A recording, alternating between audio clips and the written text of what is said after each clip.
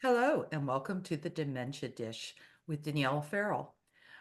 I'm an educator with the Alzheimer's Society of Peel, and I'm coming to you to talk about keeping our vulnerable people safe. A diagnosis of dementia comes with some risk.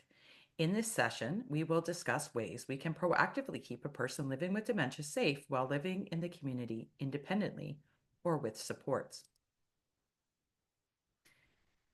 It's important to have a plan. Emergencies can happen at any time, and by having a plan set in place, you can help reduce the stress of a crisis situation. Even during the early stages of dementia, a person may become disorientated and confused, even in very familiar environments. So it's never a bad idea to proactively set plans in place for safety. 3 out of 5 people living with dementia will go missing at some point during the span of the disease. A person can go missing at any time and often much earlier in the disease course than is expected. 50% of people not found within 24 hours may experience serious injury or even death. So if you suspect that a person living with dementia has gone missing, please call 911 right away to report it. The Peel Regional Police do have a vulnerable person registry. This is a registry where information can be provided by a parent, guardian, caregiver, or person who has power of attorney for the vulnerable individual. Who can be registered? Anybody who resides in or attends school, daycare, or work in and around the Brampton and Mississauga area.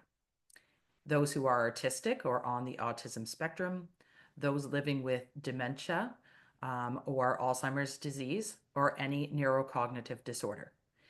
It is also great for those who have a tendency to wander or pose a flight risk, combined with an inability to communicate and return safely without assistance. How to register a person. To register, you must provide the following information: the vulnerable person's name, date of birth, and a physical description that includes all scars, birthmarks, the languages spoken and or understood. This includes listing if the person is nonverbal, uses sign language, or any other mode of communication. He will include the diagnosis and any life-sustaining medications that the individual takes, as well as information on any global positioning device that the person may be using, and any interest and fascinations, as often people living with cognitive impairments may be found in places of interest to them. So, the other thing to add to the registry is known places or routines for that individual. Where is it they like to go or often go? Specific behaviors that the officers may encounter, including triggers or subjects to avoid discussing. So, if you know that particular subjects are going to have a trigger effect on the individual, it is best to include that in the registry. Redirection strategies and communication techniques that you, as a family members or support persons, use with that individual. You will need to include 2 recent photos in JPEG format, and one will be of the person's face from shoulders up, and one will be a full body photo. If the person does use any assistive devices like walkers or canes, it's a great idea to include that in the photo. You will also be required to provide your name, date of birth, address, and contact information, along with that of any other support person who might be involved in assisting the vulnerable person. There is a renewal process for the vulnerable person registry, and it must be renewed every 2 years. So you will receive a reminder email if you are on the vulnerable person registry. It is based on the vulnerable person's birth date, and it is your responsibility to renew the information through their website, including updating to more recent photos.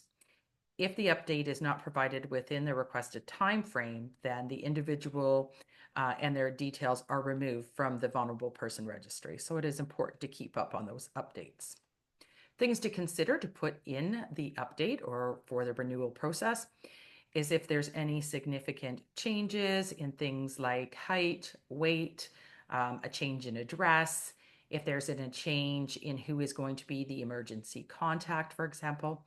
But you do not need to put in more minor things like a change in haircut or color. Project Lantern is a project that was created in partnership between the Alzheimer's Society of Peel and the Peel Regional Police, and it's to help create safe and supportive pathways for those that may have a wandering incident or for their families to receive timely support.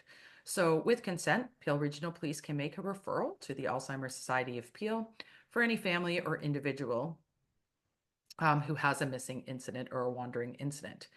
If the family or individual is not interested in receiving follow-up from the Alzheimer's Society of Peel, the Peel Police will leave literature on missing incident prevention in an effort to put some safety measures in place to protect against future missing incidents. Now, the Mississauga fire in Peel also has a vulnerable person registry. Individuals added to this registry will receive special assistance from Mississauga Fire and Emergency Services whenever or if ever there is an emergency at the person's home or residency.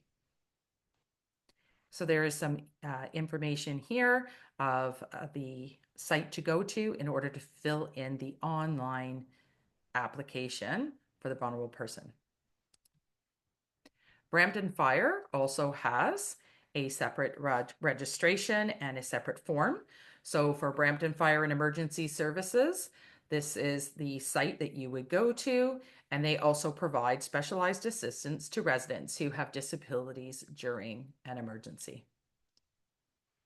Caledon Fire, also in Peel, has a form that you can fill in for vulnerable persons in order for them to receive special assistance for those who are differently abled and need help in emergency situations. It's very important to plan ahead when it comes to dementia. So having a list of current medications and any allergies printed on a small piece of paper that can be laminated, that can be carried around in the wallet or the purse of the person living with dementia. If the person has a do not resuscitate order, it is advised that they carry it on their person or a copy of it.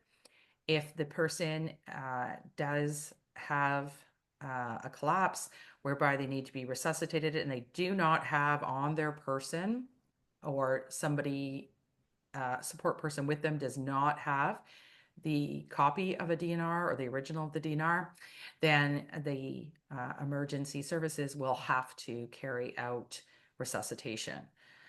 It's also a great idea to have a list of emergency contacts printed for the person to carry with them.